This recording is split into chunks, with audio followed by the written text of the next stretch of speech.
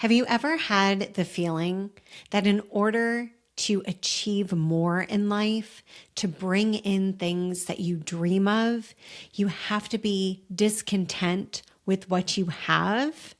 I know that I have had that feeling, and I'm so grateful for all the tools and awareness that I've gathered over the 20 plus years in my life so that I can recognize that there is a new way to incorporate gratitude that's so much more effective and fulfilling.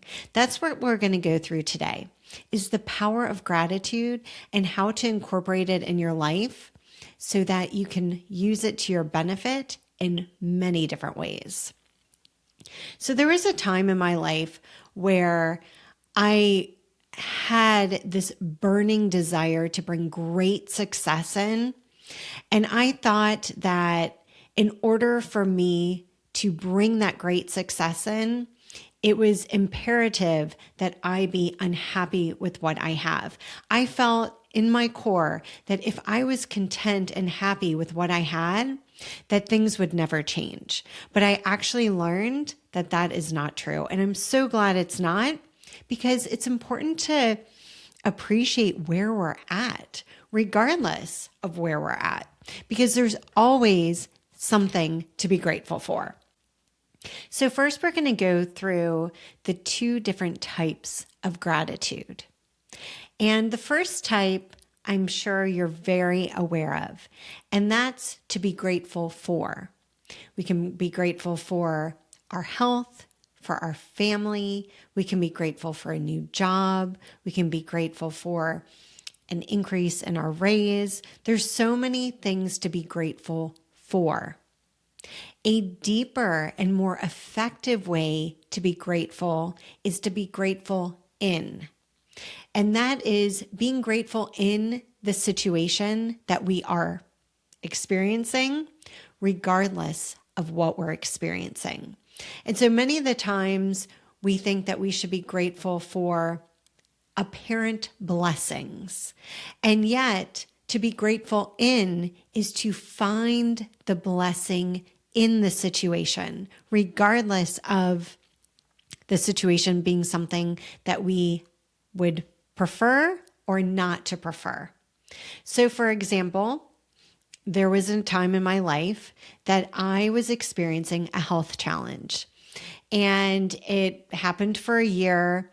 It was an autoimmune experience, and I had just had my third child, and I had imagined that I would have energy and I'd be able to be present and pick up my baby. And I found myself in a situation where I was laying on the couch. I couldn't even get up. I didn't have energy. And I was just staring at my baby playing on the floor.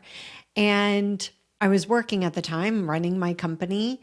And all this was very challenging. I had two other kids and all this. But I started to realize maybe this is an opportunity to see that I can let go of some of this responsibility that I feel like is so on my shoulders. Because when I found myself in a situation that I had limited energy, I had to be very selective with where I would put that energy, even though I felt like I had a lot of demands. And I looked at the situation of, okay, maybe the blessing here is that I can realize that not so much is riding on my shoulders. And so that is an example of being grateful in a situation. And so as we can cultivate gratitude in situations, it helps us to shift our focus and start developing new neural pathways that are grounded in gratitude rather than in complaining, worrying, stressing. And so even though it may seem like we're lifting weights to create this new way of perceiving our experiences, it is going to pay off, because the more we search for what to be grateful for, regardless of a situation being challenging or it being even something that we would love, our mind is naturally going to go in that direction. And that is going to be a huge benefit. So one of the topics that I like to talk about is the reticular activating system.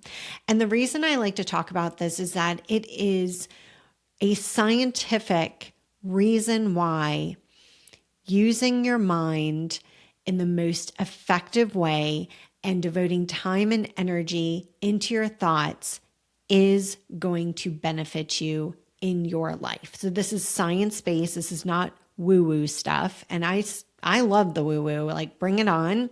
But science is also very, very important. And for all of you that have more of a logical, scientific mind, this will be helpful for you to grasp why it is so important to lean into gratitude. So I'm going to give you a brief overview of how the reticular activating system works. So we are born with a reticular activating system. It's at the base of our mind, and it filters all the information that is coming to us.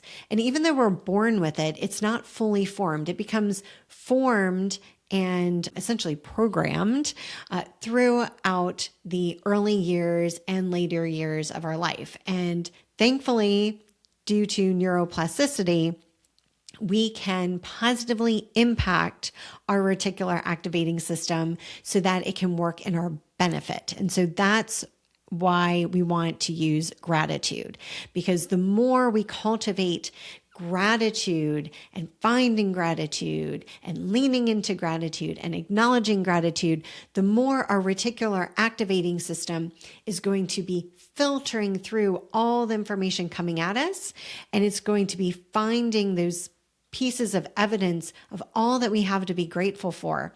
And because where our focus goes, energy goes. And when our reticular activating system is finding evidence of all that to be grateful for, we're going to start noticing more and more of that. And that's going to create a wonderful energy and a momentum in our life that's going to give us more life. It's going to give us more energy. It's going to help us to feel more motivated, more inspired. And even when we're not feeling motivated and inspired, it's going to be that little turbo jet that's going to help us to get out of bed and take those actions regardless of how we're feeling, because we're still going to be finding things that we're grateful for. And so that's why it's key for us to be leaning into gratitude. So I did mention the story of having my third son and having the autoimmune flare-up that negatively impacted my health over the course of a year.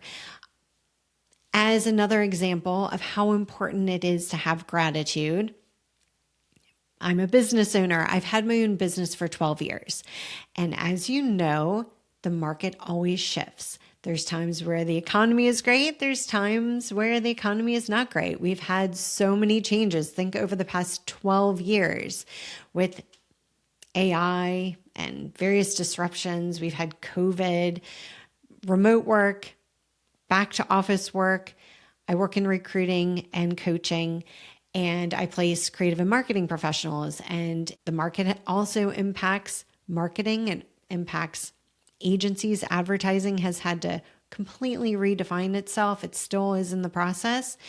And I love challenges. I love pivoting, coming up with different ideas and implementing them. That's one of the reasons why I love having my own business. But there's also challenges. And as a business owner, for any business owners out there, you know that sometimes you can be kind of lonely. And so me being able to use this skill and be able to lean into finding what I'm grateful for, even when things feel like they are really getting tough, that not only helps me and my energy and the energy I bring every day to my company, my team, my family, It also helps me to identify it within my team and to be able to give tips, to be able to give a shared language, which I like to call the language of success. And if you're interested in incorporating this in your business with you and your team, then I do have programs that I'm certified to teach, that I do help leaders to get aligned and their team to also get on board, so that you have this wonderful, empowering, shared language to navigate challenges and to overcome limiting thoughts, so that you can be a high performance leader and a high performance team. And this is what I do within my organization. And gratitude is the second step when we're shifting from fight, flight, freeze mode to rest, digest, and create. Because if you imagine as a leader, or even a leader in your family or a leader on an athletic team, we all step into leadership roles at some point in our life. And so if you imagine leading a team that everyone's in survival mode and they're not even aware of being in survival mode, the first step that you do is you recognize it, and then you breathe. You take a deep breath in through your nose and out through your mouth like you're breathing through a straw. And you continue doing this breath because this helps to tell your nervous system that you're safe, because you can't be running from some lion, right? Because we have an archaic brain. You can't be running from a lion and breathing through a straw. So as you're doing this deep structural breathing, you're calming your nervous system. And then the second step that you want to do is you want to list something you're grateful for. Because gratitude is in line with the highest vibration, which is the vibration of abundance. As we start recognizing what we're grateful for, that helps us to shift our focus on abundance rather than scarcity, because abundance helps us to see possibilities, opportunities, helps us to attract resources. Whereas scarcity, that's fear, that's negative competition, that's worry, lack. We want to move away from that, and we want to lean into gratitude. So let's go through some more ways that we can cultivate gratitude. So one of the easiest and quickest ways to cultivate gratitude is to make a list of all that you're grateful for. And it's a wonderful practice to start getting into. So I do invite you to start a daily gratitude practice. And depending on if you're more of a morning person or if you like your evenings, you can do it right before you go to bed. You can also do it when you wake up. And I do recommend that you do it right before sleep, because if you do it at night, you're carving out space in your day to acknowledge all that you're grateful for. And it can be as simple as, I'm grateful I'm alive. I'm grateful for getting a parking space when I went to the doctor's office. Whatever it is, it can be big, it can be small, it can be anything in between, but listing out at least 5 things that you're grateful for that day. And you want to make sure that as you create this daily gratitude practice, that each day you list out 5 different things, because of a lot of things you can be grateful for the next day and the next day and the next day, but creating new things will help to keep it fresh and will help to keep your mind looking and searching for what you're grateful for. The reason why that I suggest right before you go to bed is that there's a lot of power with the beliefs that we hold in our subconscious. And the most impactful times of the day where we can really imprint on our subconscious is around sleep. And so if you do your gratitude practice before you go to bed, then this will put these thoughts in your mind as you rest and sleep that evening.